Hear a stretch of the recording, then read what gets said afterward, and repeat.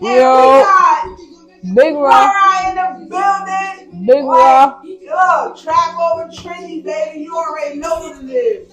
Like, so at the end of the day, y'all, we got a good show coming on tonight. And I think want them to introduce themselves. So, y'all got the floor. Me first? Alright, y'all know I'm Chad Bricks, by the way, coming straight out of Brick City, Newark, New Jersey. This is Rara coming straight out of Brick City / Miami. Huh? Okay. I love the concept, yo. I love the concept. So check this out. Yeah. I don't want to jump in there, but hey, yo, I've been hearing about you, Taz Brick. You've been all over. You've been doing skits. You've been doing shows. You've been doing everything, bro. You just out there, right? You done wrote books. You just got everything going on. So my question to you guys is: Do y'all wanna just talk to the people, or Taz, you wanna shoot a freestyle? Let them know what you about. A freestyle. Yeah, I got a million views. You going you want me to spit something right quick? Yeah. I said, I done lost too many I could name. Oh no, turn that down for me, cuz. Yeah, I turn that down for me, cuz. I done lost too many I could name. I said, I done lost too many I could name. I've been walking in the rain. Behind this smile, I'm feeling pain. The world so cold, I keep a flame.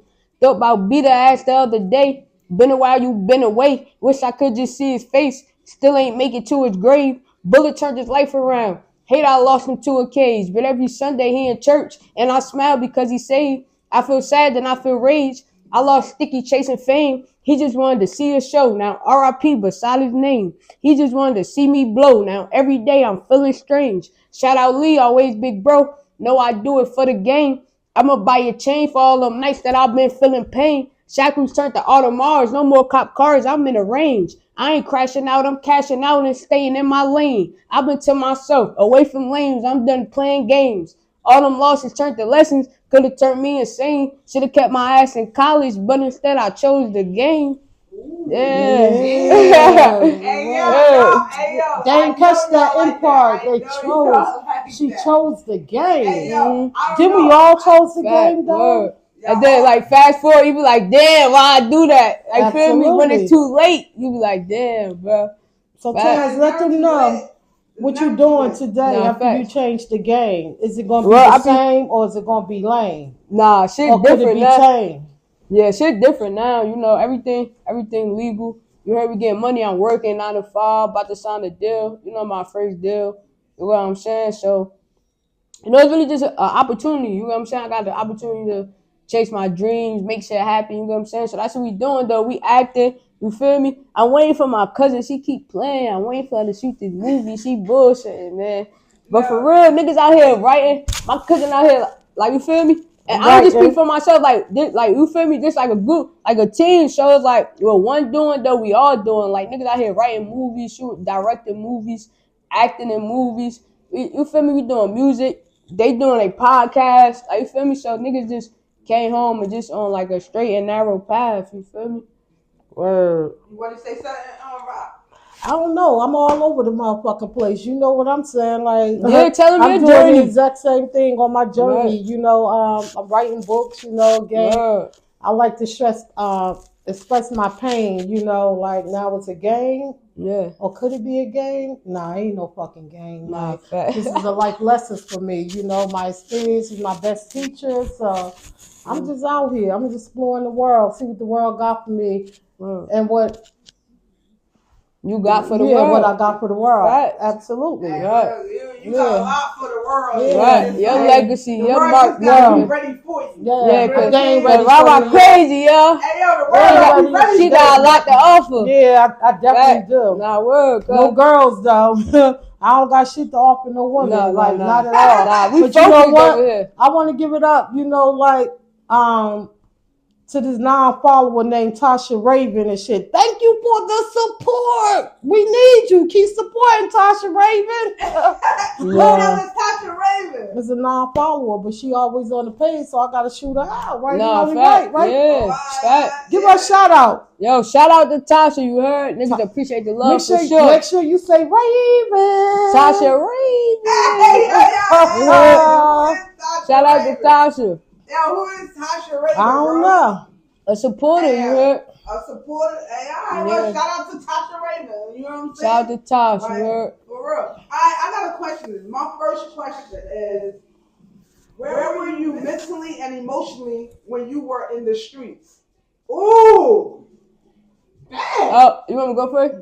Oh, mentally, emotionally, I feel like where I was just like, you know, my immature shit. Like, I was a kid. When I did all that, I was young. Like, you know what I'm saying? I've been out the street for a few years now, like, you know, working and shit like that. Like, you know, when you in the streets, well, or I should say, not even just, like, in the streets, but in the game, you never really out the streets. Like, you always gonna have, whether it's a foot in, a toe in, and then, like, you feel me? Because you always gotta stay connected to your people. Even just being in the streets if you're not in the game. Like, if you came up in the streets, it's like, you always got something in the streets because you're gonna stay connected. It may not mean that you're in the streets. Like, I'm not getting no money in the streets or nothing like that. But I got homies in the streets. I got friends. I got people I call my brothers, sisters, homegirl. You feel me? That's in the streets. So even if you out the streets, it's always gonna be a part of you that's in there. Like, you feel what I'm saying? So, but when I was in it, you know, I was just a kid. I was young. I was just immature. You feel me? I was new. You know, when you get a certain age, you start making your own decisions. So when I jumped in the streets,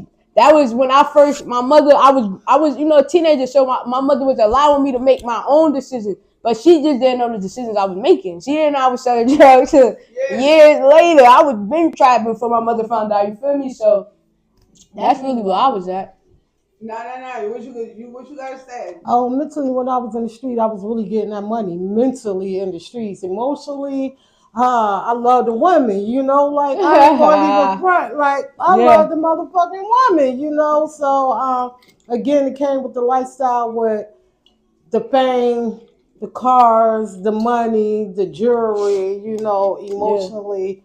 But where I'm at today, I don't have the same mindsets. Like I figure, like I could change a hustleability into a positive. When I was out there doing that negative bullshit, like nothing comes good with that, with the negative shit. So now that I'm positive, doing the right thing, everything is flowing the way how it's supposed to flow. Again, like I get ready to have books to come out. Again, I'm trying to reach for my sober living that's taking place. I'm going with a meeting tomorrow at 3:00. You know, so. Wish me luck. Good luck, you know, wish me luck. So that positive, I'm out here working. And I ain't working with the police either, but I'm working. They know that already. I'm working. It's understood. Don't God be explained. Exactly. I'm working. I'm working hard too.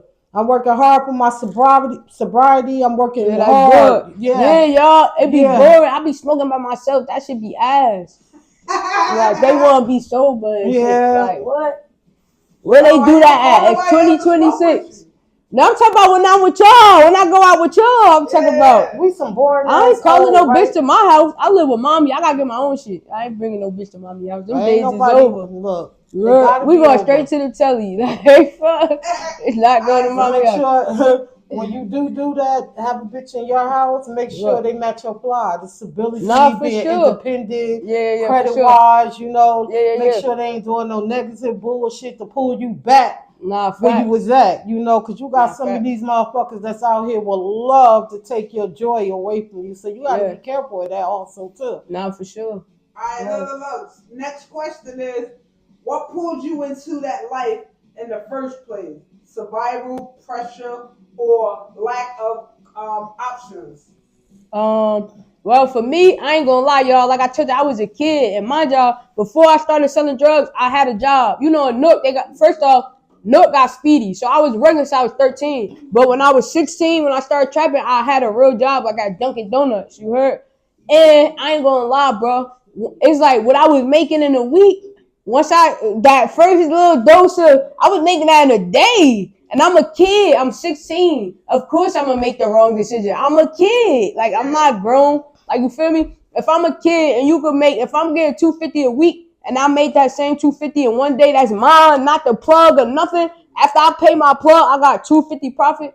Why would I go to work and deal with aggy-ass customers, egotistical-ass supervisors? Like, you feel what I'm saying? Why would I deal with that as a 16-year-old? Why would I be tired? I could make my own schedule on the block. You on the block half the time. The money I'm making in a week, and that's taking me you making that shit in like 2 hours. Like, you feel me? And I jumped off the porch on Stratford. Then I went up the hill. A lot of people don't know that. You gotta really know me to know that. I really started selling drugs on Stratford. But I didn't stay down there because I feel like, all right, if I go to jail, weed is less time than dope. So I made the decision like, all right, if I'm gonna sell drugs, I'm gonna at least sell weed. Yeah. So I went up the hill. Like, you feel what I'm saying? Yeah.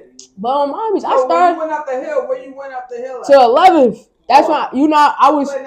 Yeah, like that's my hood. That's where I'm really from. Like, but if like you can ask somebody that like with money jumping up the put, you gotta know me to really know that. People just think I'm straight from 11th. Like, nah, I started down the hill, then went up the hill. You feel me?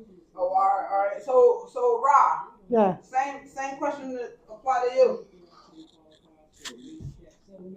The lifestyle.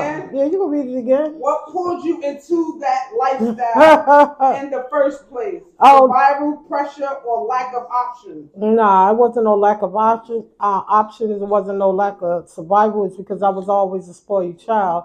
It was just the fact that I had to wait on my parents. When no was no, I was like, you know what? This can't be real. I got tired of the word. This shit can't be real. Yeah, you can't throw you a kid and then tell him no. You cannot do that. So yeah, you cannot do just that. Like one day, you know, I came outside. I saw everybody getting that money, and I wanted to know how could I end up getting the motherfucking money. So I was introduced to it. You know, I was introduced to it from one of my cousins and shit. What we did was we put some money together, and I vaguely remember, you know, around the corner on Nathan Avenue, where I lived at.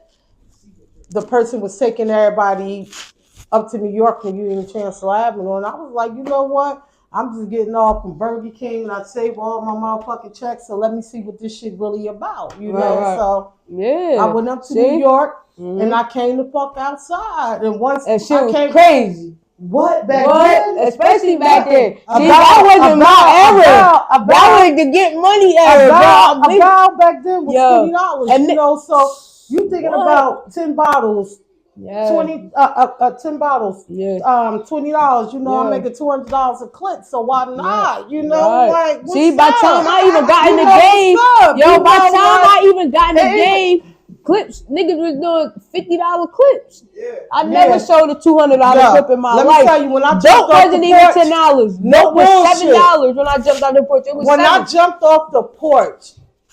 It was 1986 when I jumped off the motherfucking porch. When I was bringing cocaine to my lockers and shit. When I had the beepers, you know, like on my hip, like look.